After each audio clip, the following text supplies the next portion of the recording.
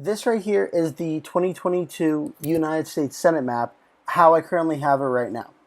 The Republicans currently have about 44 seats. I'm confident saying they're probably going to win for sure. Democrats have about 44 seats that I'm confident they're going to win for sure. The rest of the seats out there are either more competitive or I at least want to touch upon further before going on to the rest of the video. So, Republicans 44, Democrats 44. First things first, Wisconsin. Patty Murray versus Tiffany Smiley's a Republican. Some polls have showed this race to be close. At the end of the day, I do still think Patty Murray ends up winning it by about somewhere between the 12 to 15% range. So for me, just out of the likely column, but closer than usual, but a Democrat hold nonetheless. Democrats have 45, Republicans have 44. The state of Utah. Mike Lee has not been polling particularly well against Evan McMullin. However, given that Utah is such a Republican state, I am going to give it to Mike Lee. However, I will be giving it to Mike Lee in the likely column.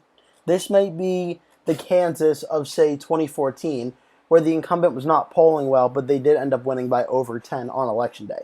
So Utah is a very surprisingly close state that really shouldn't be, but the independent Evan McMullin is polling very well. Republicans have 45, Democrats have 45. Now, the remaining states, and with some exception Colorado, these are the traditional states that you would think would be the competitive ones going into Election Day. You wouldn't really expect Washington or Utah to be competitive. But here they are, the remaining toss-up states. First one I want to address is Colorado. A lot of people might have Colorado safe, and that's because Michael Bennet is up 9 points in the polls right now. I'm putting Colorado in the likely column because I think this race is going to be a sleeper on Election Day that might be a little bit closer than expected. Now, what do I mean by that? I'm not saying that Joe O'Dea is going to beat Michael Bennet or anything in that nature, but I'm saying I could see this race being a Michael Bennet barely gets above 50 and Joe O'Dea comes out of nowhere getting like 44, 45, 46% of the vote and making it a much closer race. And my rationale for this is Joe O'Dea might be one of the better suited Republicans to run in Colorado, given he is not 100% on the pro-Trump bandwagon, and in a state like Colorado that's trending Democratic, that may give him more of a chance than some other possible Republicans. For instance, he's in the mold of Cory Gardner a little bit, and Cory Gardner was able to be competitive in Colorado while other Republicans weren't. So Colorado is a state to potentially keep an eye out for. Next is the state of Florida with Marco Rubio.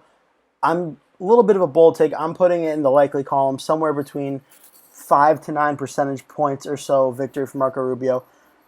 Look, don't get me wrong. Marco Rubio is a very, very strong candidate. Val Demings is a strong candidate for the Democrats. Marco Rubio is a election, honestly, juggernaut. I don't see Marco Rubio losing this. I see him winning by a smaller margin than he did in his previous election in 2016, but Marco Rubio I think will do very well and win the likely column. Republicans have 46, Democrats have 46. Now we go to the state of New Hampshire where Senator Maggie Hassan, who was touted as one of the most vulnerable senators going into the 2022 election for the past 2 years, she is consistently led in this race in a likely margin and is going to stay in that realm. The Republicans were not able to field a candidate like Governor Sununu or former Senator Ayotte, someone with a ton of name recognition. So the Republican candidate, General Don Bolduc, while he has some name recognition, has not been able to get the fundraising necessary and not been able to get the polling support to truly make him as competitive as some of these other states. Maggie Hassan will likely hold on in the 5 to 9 percentage point realm is where I'm projecting it at this time. Democrats have 47, Republicans have 46. The state of Ohio. J.D. Vance has been polling very, very poorly next to Tim Ryan. However, I do think this will be one that breaks for J.D. Vance towards the end and barely by the skin of his teeth goes in the likely column for the Republican Party. This is a race that should be a 10-point win and is looking more likely it'll be a 6-point win, at least given my estimations at this time. So Republicans have 47, Democrats have 47. The remaining seats are going to decide who has control of the U.S. Senate. And for me, the easiest one out of this bunch is honestly Ron Johnson in Wisconsin. Well, did not mean for that to rhyme that way.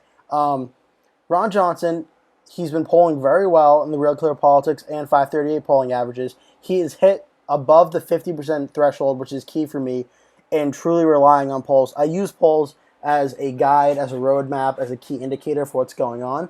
But if a candidate is above 50%, that definitely sticks out even more to me. Ron Johnson is above 50% as of the day I'm recording this. I do think he's going to hold on in Wisconsin. I think Mandela Barnes is going to put up a tough fight and make this a very close race. But Ron Johnson's going to win by about 3 to 4% I have at this time. Republicans have 48, Democrats have 47. Now we go to the state of Arizona. Mark Kelly versus Blake Masters. This is a race where Republicans had some real potential to win this race and still have potential for things to change. But right now, Mark Kelly, on the more moderate side of the Democrats in Washington, he's polling very well. He's very close to that 50% threshold, polling in at about 49%.